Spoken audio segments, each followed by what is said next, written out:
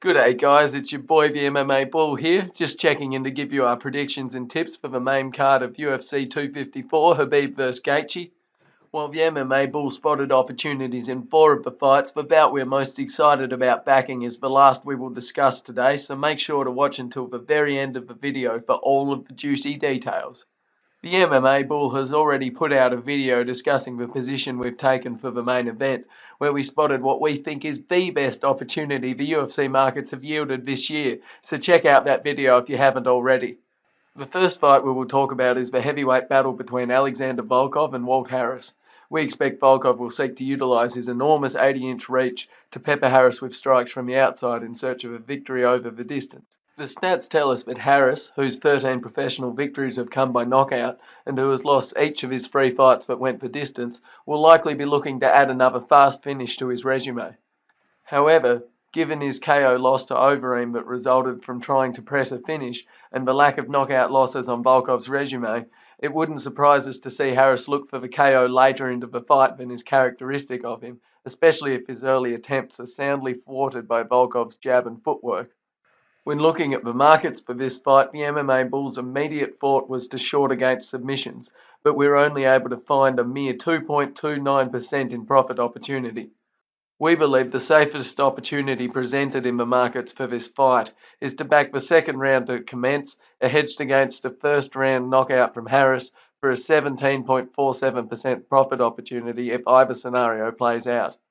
We anticipate the Russians' long reach will stifle and evade much of Harris's forward offensive early, and don't feel Volkov's typically slow starting Muay Thai style will lend to an early stoppage. While there is decent margin to be had from this package, there is notable risk that a desperate forward offensive from Walt could provide glaring openings for the Russian, and it wouldn't surprise us if Volkov would like to replicate Krylov's head kick KO over the big ticket. Although the MMA Bull thinks this package offers strong reward relative to risk, we have a policy not to bet against heavyweight knockouts, so we will be abstaining from backing this position.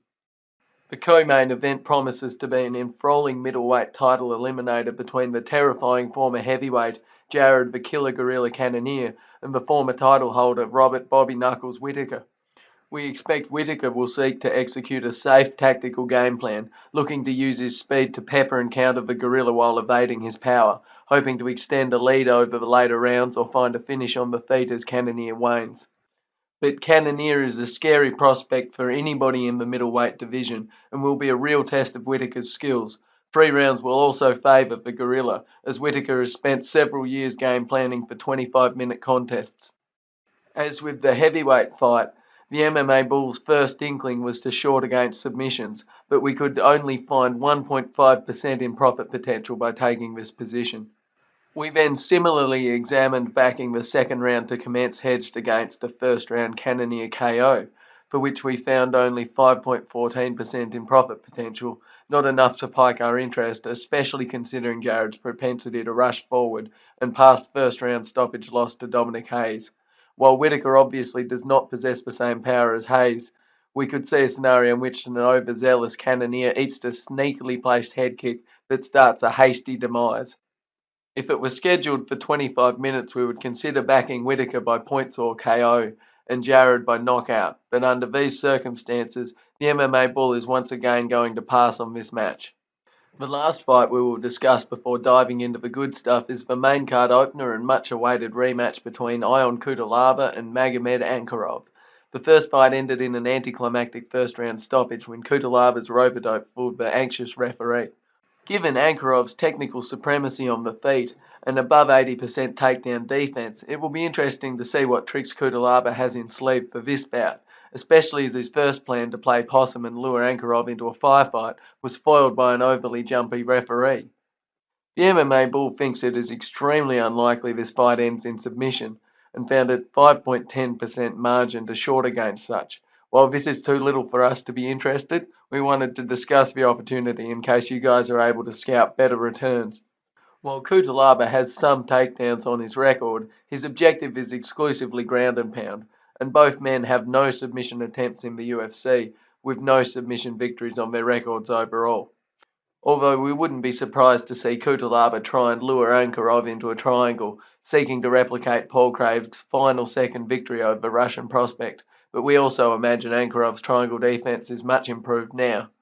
So the best reward to risk we found on the main card, excluding of course the main event, a reminder again to check out our last video if you haven't already, is to be found in the flyweight match between Lauren Murphy and Lilia Shakarova. The Uzbekistani is a late replacement for Cynthia Calvillo, with her pro career predominantly comprising beating up unimpressive and inexperienced Chinese and Eastern European ladies in little-known regional promotions. Her stoppage victories comprise unsightly TKOs against people that wouldn't get anywhere near the UFC's radar, and her best chances of victory come from leaning on her grappling somewhat acumen, to chase a decision. Lilia is taking on Lauren Healy, whose tight boxing heavy style has beaten most of her opponents over the distance, including a somewhat controversial decision over Andrea Lee. Aside from that, all of her victories have come from knockout or TKO. She is also a former bantamweight champion of Invicta, however did poorly in the weight class in the UFC. The Uzbekistani's wrestling heavy style resembles a lower grade version of that which Lauren would have been preparing for from Cynthia. Murphy also soundly beat Roxanne Mataferi recently, whose pressure-heavy style is also similar. The MMA Bull believes Lauren is light years ahead in terms of skill and experience, and thinks backing Murphy to win for 48% is a steal. But because the MMA Bull likes to minimise risk, we will be hedging to target a 2% profit in case the Uzbekistani lands enough sloppy takedowns to scrape together a split decision, and taking 22% in the extremely likely outcome that Lauren Murphy wins. So that wraps up our analysis of what the MMA Bull believes are the top betting opportunities on the main card. In terms of our positions, the MMA Bull's conservative portfolio just comprises the package we identified in the main event, so be sure to check out our last video if you haven't already. While our aggressive portfolio will seek to build a multi out of backing Lauren Murphy targeting 22%, alongside hedges targeting 2% on the Uzbekistani by points, as well as a draw. We will then look to recycle all of that back into our main event package to target a little over 40% overall. The MMA Bull will break down our betting strategy in more detail in the next video, so make sure to click the subscribe button and the bell so that you don't miss out on that one. And be sure to click the like button and leave a comment if you're bullish with us on UFC 254. Play it safe out there, and we'll see you in the next video.